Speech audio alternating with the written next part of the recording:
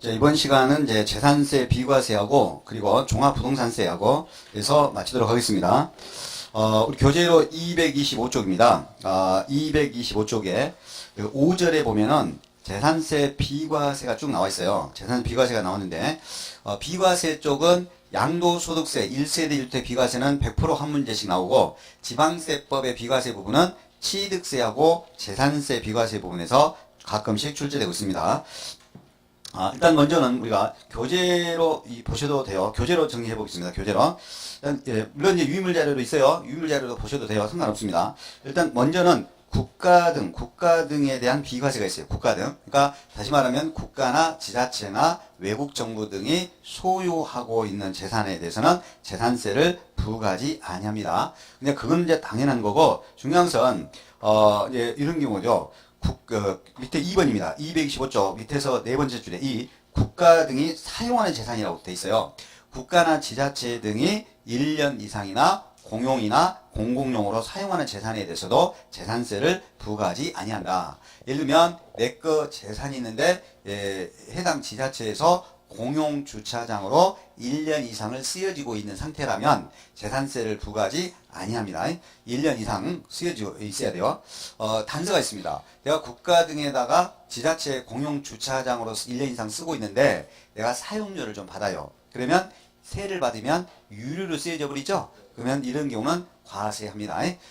결국은 국가나 지자체 등이 1년 이상이나 공용이나 공공용으로 쓰여지는 상태의 재산은 비과세가 되는데 임대료 세를 받아서 유료로 쓰여지는 부분은 과세된다. 유료로 쓰여지는 부분은 과세된다. 이 비과세가 이게 좀 잘 출제가 됐습니다. 그리고 기타 여론 재산도 비과세가 됩니다. 기타 거기 226쪽에 보면 그 임시용 건축물이라고 돼 있어요. 가로 1번만 보시면 돼요. 226쪽 임시로 사용하기 위한 건축물입니다. 그럼 이거는 임시로 쓰는 것에 불과하니까 그런 건축물은 비과세가 맞아요. 예를 들어서 공사 현장 사무소 같은 거, 또 모델하우스 같은 거, 분양사무소 등 이런 것들이 비과세 되는 건데 단서가 있어. 1년 미만의 것만 비과세 되니까 1년 이상이 되면 그 임시 건축물이라도 기간이 1년 이상으로 되버려 1년 이상 돼버리면 과세됩니다. 그럼 결국은 1년 미만의 임시 건축물에 해당되는 것만 비과세되고 1년 이상 된 것부터는 과세율입니다. 과세. 그리고 기타 비과세가 있는데 기타 비과세는 무조건 가로 1번으로 나와요. 도로란 말 써있어요. 도로 찾았나요? 226쪽 도로라든지 하천, 제방, 국어, 유지, 묘지. 일단 동그라미랑 도로는 도로법에 따른 모든 도로뿐만 아니라 도로법에 따른 도로가 아니더라도 일반인 사람들이 통행을 할 수 있도록 개설한 어떤 그 사설도로 같은 것도 있어요. 그런 것까지도 비과세됩니다. 예를 들면 내 땅인데 일반 동네 사람들이 통행되는 그런 도로가 있어요. 그러면 그런 것도 비과세 된다 이 말이에요. 사설도로도 비과세돼요. 이제 하천은 뭐 큰 하천 같은 거 있죠. 제방은 뚝입니다. 뚝을 말하죠. 국어는 시골 같은 데 보면 또랑 같은 거 그런 것이 국어예요. 그런 것도 비과세 되고요. 유지는 댐이나 저수지 등을 말합니다. 그 다음에 묘지는 귀신 나오는 토지를 말합니다. 그런 것까지 비과세 됩니다. 자, 그래서 속으로 해봐요. 속으로 도로, 하천, 제방, 국어, 유지, 묘지. 다시 한번 하죠. 도로, 하천, 제방, 국어, 유지, 묘지. 이런 것은 비과세가 되는 것이다. 그 다음에 이런 것들도 비과세 됩니다. 227쪽에 가로 2번입니다. 가로 2번에서 동그라미 1항이죠. 군사시설보호구역이라고 써요. 군사시설보호구역 중에서 특히나 민간인들이 통제되는 구역이 있어요. 민간인 통제보호구역이라고 그래. 그런 토지도 비과세 됩니다. 단서가 있어. 아무리 민간인 통제보호구역 내라 하더라도 전답 과수원에다 밑줄치고 농지라고 쓰고 대지는 제외에다 밑줄이고 과세.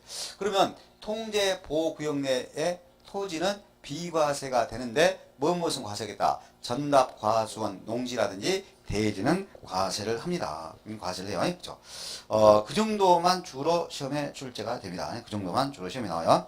그래서 비과세를 받는데 근데 비과세 대상이라도 잘 들어보세요. 비과세 대상이라도 혹시라도 이걸 세를 받아서 유료로 쓰여진다든지 유료 그 다음에 또 수익사업에 사용된다든지 수익사업 이용해버려 이거 수익사업에 또는 별장 등 사치성 재산 등에 속하게 되면 비과세가 배제되고 과세돼요. 예를 들면 우리가 1년 미만의 임시 건축물이 있는데 이걸 우리가 별장에 해당되네. 그러면 사치성이지. 그러면 과세겠다 이거야 무조건.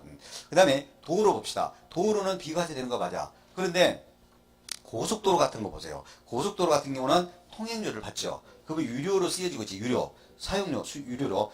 이러한 고속도로, 유료로 쓰여지는 도로는 과세됩니다. 제 말이 거짓말인지 거의 물어봐요. 도로공사에다가 물어봐. 재산세 어떻게 되는지. 그래서 유료로 쓰여진 부분은 어쩐다? 과세. 유료, 수익사업, 별장 등 사치성 재산에 해당되는 것은 과세된다는 것. 그리고 통제보호구역 주의해야 돼. 통제보호구역은 토지는 비과세가 맞지만 전답, 과수원하고 대지 네 가지 지목의 토지는 통제보호구역 내라도 과세됩니다.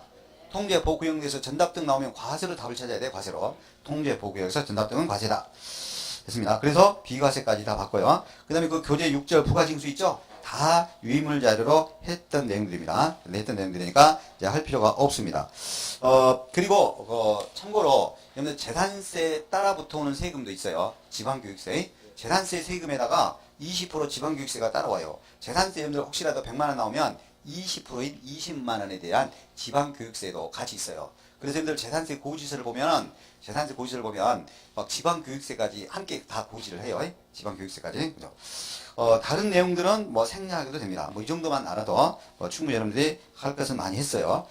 자, 그 다음에 이제 우리 이제 지방세에서 이 재산세 말고도 또 지역자원시설세라든지 지방교육세라든지 작년에 처음으로 출제됐어요. 작년에 처음으로 출제됐어요. 13회 때 내고 안 나왔다가 작년에 처음으로 지방소득세라는 것이 냈는데 그런 것들은 올해는 출제가 안 되니까 할 필요 없습니다. 그러니까 오로지 취득세, 등록면허세, 재산세 3개만 해줘도 돼. 3개. 그래도 합격하는데 전혀 지장 없음. 3개만 하더라도 다른 건 할 필요 없고 이제 국세로 갑니다. 자, 국세는 여러분 교재로는 한참 이제 국세로는 249쪽에 부터 이제 국세에 대해서 나와 있는데 바로 이제 250쪽에는 이제 국세 중에서 종합부동산세가 있습니다. 이 종합부동산세는 이제 한 문항 나와요. 한 문항 나오고 고액의 주택이나 토지를 보유하는 사람한테 부과되는 세금입니다. 그러니까 저한테는 전혀 해당상이 없는 세금이에요. 주택이나 토지를 엄청 많이 가지고 있어야 돼요. 고액이라고 해요. 고액의 토지나 주택을 가진 사람한테 부과되는 세금이 종합부동산세이고, 종합부동산세는 당연히 이제 국세예요. 국가에서 징수됩니다. 재산세처럼 보유과세입니다. 보유과세, 재산에 대한 세금입니다. 재산에 대한 세금이에요. 그래서 재산세 납부의무자, 재산세 납부의무자가 납부의무가 있는 사람이 종합부동산세도 납부의무가 있어요. 그래서 거의 비슷하는데 차이점들이 있습니다. 그래서 그런 차이점들만 잘 하시면 돼요. 그래서 제가 유의물자료 10쪽에다가 무려 한 문이 나오는 건데 한 페이지에 걸쳐서 다 정리해 놨습니다. 그래서 이 안에서만 나오니까 이 안에서만 유의물자료로만 잘 정리해 주면 돼요. 이 종합부동산세는요, 종합적으로 설명해 버릴게요. 국세라는 걸 다 있는 거 설명했으니까, 주택하고 토지를 과세 대상으로 해가지고 부과되는 세금입니다. 주택하고 토지. 그리고 이 주택은 별장이 제외돼요. 별장이 제외됩니다. 별장이 제외된 일반 주택을 말하는 거죠. 일반 주택을. 별장을 뺀 일반 주택이고, 토지는 그 3가지 유형이 재산세는 있는데 종합부동산세는 2가지만 된다고 그랬어요. 종합합산대상 토지하고 그 다음에 별도 합산대상 토지하고만 과세 대상이 됩니다. 그러면 보통 우리가 이제 종합합산대상 토지는 나대지라든지 기준면적 초과토지라든지 무허가 건축물 토지 등 비사업용 토지가 종합합산 대상이 된다 그랬죠? 그걸 말해요.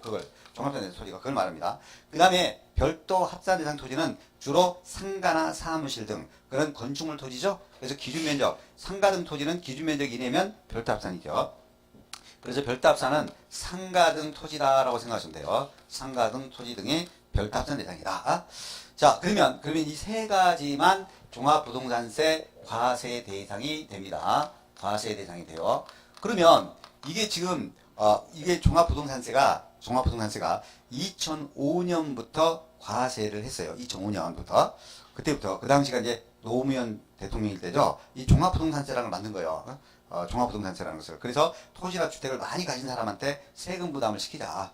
그래서 국가 경제 발전에도 도움을 하자. 또 지방 균형 발전도 이루어지자. 이런 취지에서 종합부동산세를 신설해 가지고 2005년부터 과세를 하고 있는데, 근데 이 주택하고 토지만 과세 대상이 되니까, 그때부터 이제 우리가 시험 문제 한 문제씩 낼 때 이게 잘 나왔어요, 이거.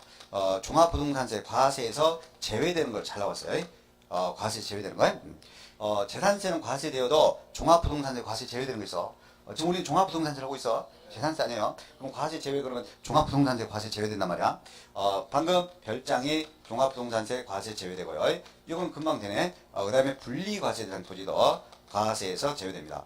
이 분리과세 대상 토지는 낮은 세율인 농지나 임야나 옥장농지 뿐만 아니라 높은 세율인 해운지 골프장 토지 등 다 과세에서 제외돼. 다 과세 제외돼. 그러니까 골프장 토지 등 이러한 분리과세형 토지는 아예 과세에서 제외됩니다. 자, 그리고 이것도 중요해요. 이 건축물도 무조건 과세에서 제외돼요. 건축물도. 이 건축물은 상가가 되든 공장이 되든 간에 등등 무조건 건축물은 과세에서 제외됩니다. 건축물도 과세에서 제외된다. 그리고 이것도 과세에서 제외됩니다. 우리 조금 전에 재산세 비과세 봤어요. 도로, 하천, 제방, 뭐 묘지 등 이런 거